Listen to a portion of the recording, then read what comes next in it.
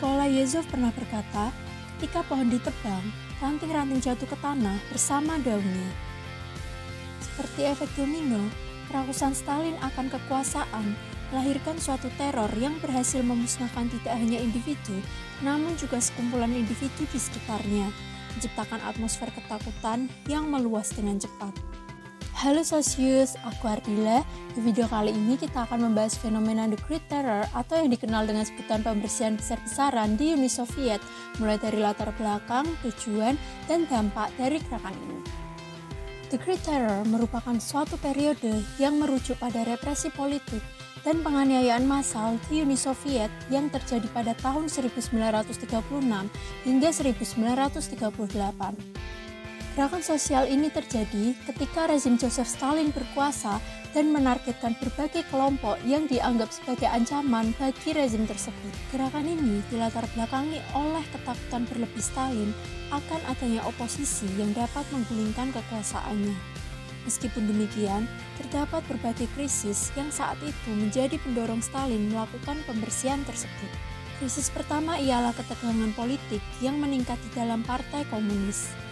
Sejak kematian Lenin, Stalin memiliki hubungan buruk dengan tokoh oposisi seperti Trotsky, Zinoviev, dan Kamenev. Hal ini dikarenakan peran mereka dalam menentang berbagai kebijakan Stalin.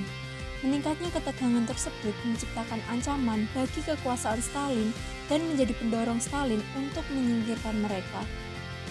Selanjutnya ialah krisis ekonomi dan sosial yang disebabkan oleh kebijakan ekonomi radikal dan mengakibatkan terjadinya ketidakstabilan ekonomi. Kelaparan dan pengangguran merajalela di era ini karena industrialisasi cepat dan kolektivisasi pertanian yang dilakukan oleh rezim Stalin. Terjadinya krisis ekonomi dan sosial tidak hanya menciptakan penurunan stabilitas kehidupan masyarakat, namun juga menciptakan suatu perlawanan di antara masyarakat terkait kebijakan radikal tersebut.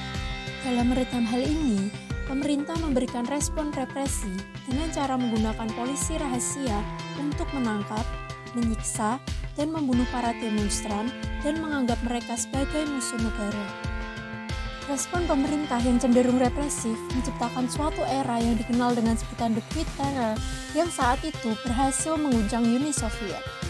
Masyarakat kelas atas dan bawah sama-sama menjadi sasaran dari pembersihan di rezim ini dan menciptakan atmosfer ketakutan yang semakin merajalela.